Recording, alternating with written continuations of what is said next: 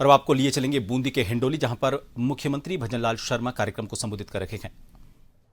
इस कार्यक्रम में मंच पर विराजमान कैबिनेट में मेरे साथी जन स्वास्थ्य एवं अभियांत्रिक मंत्री भाई कन्हैयालाल जी और ऊर्जा मंत्री भाई हीरालाल जी और आपके सांसद, लोकप्रिय सांसद भाई दामोदर लाल जी और आपके अपने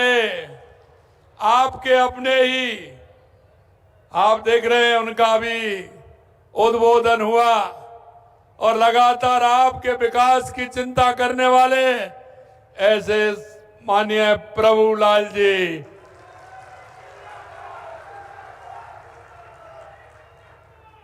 आज तो हिंडोली में लाल ही लाल है। मेरा भी सौभाग्य है कि मैं आज रामसागर झील को मैंने देखा है।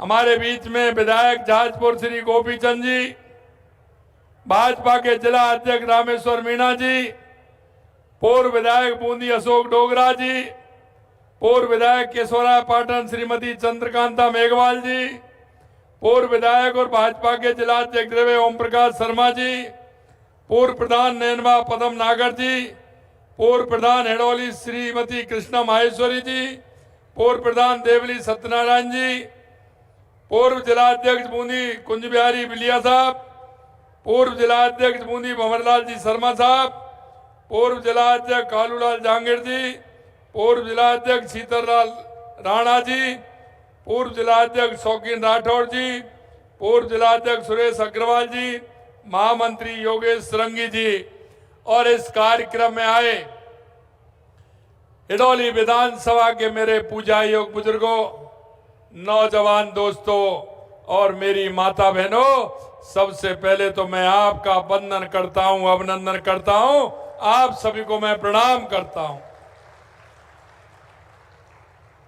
आज का ये दिन बहुत ही उत्तम दिन है, क्योंकि आज महात्मा ज्योतिराव फुले जी की 200वीं जयंती है।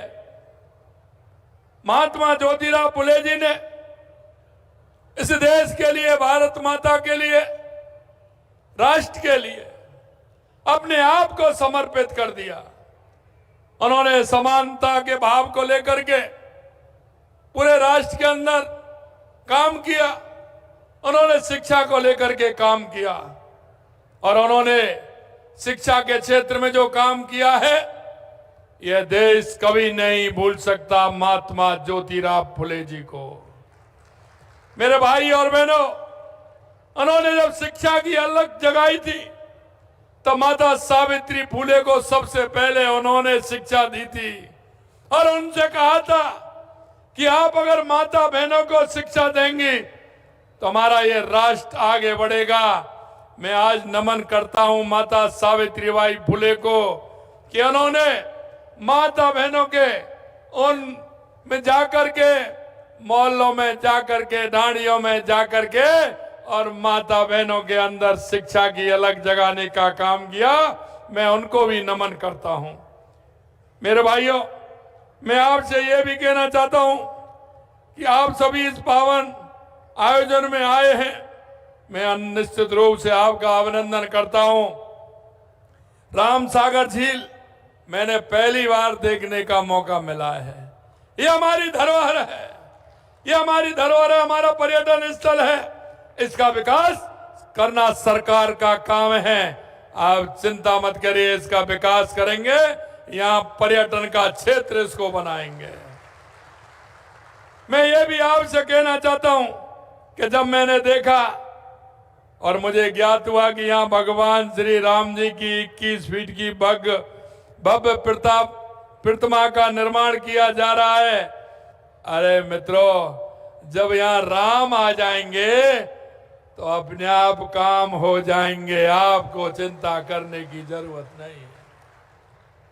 हम सौभाग्यशाली हैं क्योंकि देश के यशस्वी प्रधानमंत्री नरेंद्र मोदी जी के नेतृत्व में हमारे सांस्कृतिक उत्थान के जो केंद्र थे उनको बढ़ाने का काम हमारे देश के यशस्वी प्रधानमंत्री नरेंद्र मोदी जी ने किया है।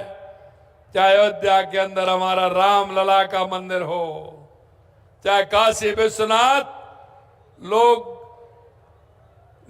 निर्माण का कार्य जो किया है वो हो, और यही नहीं, हमारे जितने भी सांस्कृतिक कार्यक्रम हैं, स्थान है, उनको उत्थान करने का काम माननीय प्रधानमंत्री जी कर रहे हैं।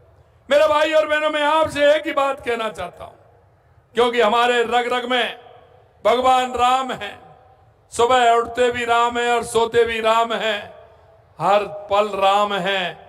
और हम जब राम का नाम लेते हैं और जब मन में राम आते हैं तो सारी बाधाएं दूर हो जाती हैं। ये से राम है। उनकी प्रतिमा का निर्माण यहाँ हो रहा है और उस निर्माण के साथ हमारे राम सागर का भी निर्माण होगा। मित्रों, इस राम सागर झील का पर्यटन विकास कार्य के द्वितीय चरण की आज मैं घोषणा करता हूं कि द्वितीय चरण का कार्य भी इसमें किया जाएगा। इसको कैसे हम पर्यटन स्थल बना सकते हैं, उसमें हमारी सरकार काम करेगी। और मैं महात्मा ज्योति फुले जी की जयंती के अवसर पर उनको कोट कोट नमन करता हूं। और यहाँ महात्मा फुले एवं सावित्रीबाई फुले की जीवनी पर आधारित पैनोरमार पुस्तकालय बनाने की भी घोषणा करता हूं। मेरे भाइयों, हमारे देश के यशस्वी प्रधानमंत्री नरेंद्र मोदी जी के नेतृत्व में जिस तरह से आप देख रहे हैं, देश का विकास हो रहा है, प्रदेश का विकास हो रहा है। 2014 के बाद चाहे गरीब योजना हो, चाहे आतंकवाद और नक्सलवाद का खात्मा हो, या दुनिया में बढ़ता हुआ भारत का गौरव हो, ये आप देख रहे हैं कि प्रधानमंत्री जी के नेतृत्व में हमारे देश का किस तरह से विकास हो रहा है। और आप देख रहे हैं, राजस्थान में तो देश के यशस्वी प्रधानमंत्री नरेंद्र मोदी जी ने विकास की गति इतनी बढ़ा दी है, आप देख सकते हैं। अभी कुछ ही दिनों में कितने बड़े कार्यों का घोषणा की है, उनका शिलान्यास किया है। क्योंकि जब हमारी सरकार आई थी तो हमें लगा था कि राजस्थान में किस तरह से विकास किया जा सकता है, उस विकास को हम कैसे आगे बढ़ाएं।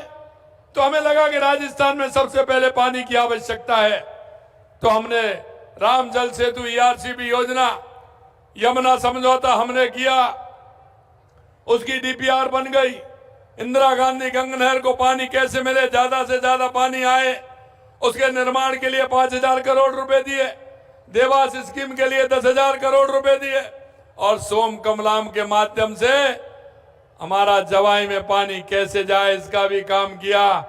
और ब्राह्मणी नदी से हमारे बीसलपुर में पानी कैसे आए, इसके लिए भी काम हो रहा है। पानी के क्षेत्र में सभी राजस्थान के सभी जिलों में काम हो रहा है। आप देख रहे हैं कि हमने कहा बिजली के क्षेत्र में हमारे बिजली के मंत्री बैठे, अभी मेरे से चर्चा कर रहे थे।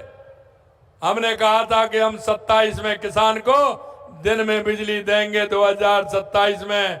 लेकिन मैं आपको एक बात बताना चाहता हूं, क्योंकि जो काम की घोषणा हो जाती है, हमारे प्रधानमंत्री जी कहते हैं कि वो समय पे होना चाहिए। और इसलिए मैं कहता हूं आपसे कि 24 जिलों में हमने दिन में बिजली देना प्रारंभ कर दिया है। किसान को रात में जरूरत नहीं है, दिन में पूरी बिजली मिलेगी। ये भी हम करने जा रहे हैं। मोदी जी के नेतृत्व में गरीब कल्याण की योजनाएं पहुंच रही हैं। आपने देखा वो जिस तरह से युवा, महिला, किसान, मजदूर को केंद्र में रखते हुए काम करते हैं। हमारे प्रधानमंत्री जी कहते हैं कि देश के अंदर 4 जातियां हैं, और वो जातियां हैं युवा, महिला, किसान और मजदूर। अगर इनका उत्थान होगा तो हमारे प्रदेश का उत्थान होगा, हमारे देश का उत्थान होगा।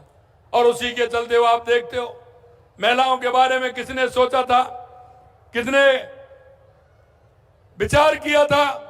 मैं आपको यही कहना चाहता हूं, मेरी माता बहनें बैठी हैं, कि आपने देखा होगा कि जब शौच के लिए जाते थे तो रात्रि का सूर्य ढलने का इंतजार करते थे और सुबह सूर्य निकलने से पहले हमें जाना पड़ता था। लेकिन देश के यशस्वी प्रधानमंत्री जी ने शौचालय बनवा करके माता बहनों को सम्मान देने का काम किया, तो देश के यशस्वी प्रधानमंत्री नरेंद्र मोदी ने किया। आप सभी जानते हैं, गांव के रहने वाले हैं, जब हमारी माता बहनें चूल्हे पर रोटी बनाती थी तो कितनी बड़ी मुश्किल आती थी, और बारिश के समय में तो फूकनी से फूक देते देते वो परेशान हो जाती थी। अगर उसके लिए भी उज्ज्वला गैस को दे करके हमारी माता बहनों को सम्मान देने का काम किया, तो देश के यशस्वी प्रधानमंत्री नरेंद्र मोदी जी ने किया। जनधन के खाते खुलवाने का काम किया, तो माननीय प्रधानमंत्री जी ने किया। प्रधानमंत्री आवास किसके नाम पर होना चाहिए, ये मैं माता बहनों के नाम पर होना चाहिए, ये काम भी किया, तो माननीय प्रधानमंत्री जी ने किया। मैं आपको कितने काम बताऊं। किसानों के लिए लगातार उन्होंने 6,000 रुपए किसान सम्मान निधि माननीय प्रधानमंत्री जी देते हैं, और 3,000 रुपए हमारी सरकार देती है, जिसके लिए हम देते हैं। मैं आपसे कहना चाहता हूं, अब से पहले किसान को कोई सम्मान निधि दी क्या? अरे किसी ने दी क्या मोदी जी से पहले? मेरे भाइयों, मैं यही कहना चाहता हूं, किसान और मजदूर की वो ही सुन सकता है, वो समझ सकता है। कहते हैं ना, जिसकी नहीं फटी विवाही वो क्या जाने पीर पर आई। क्योंकि माननीय प्रधानमंत्री जी जहां से चल करके आए, एक गरीब परिवार से निकल करके आए, एक चाय बेचते हुए वो प्रधानमंत्री बने। उन्होंने जनता की तकलीफ को जानते हैं, उनकी समस्याओं को जानते हैं, इसलिए उन्होंने लगातार गरीब और किसान के लिए, माता बहनों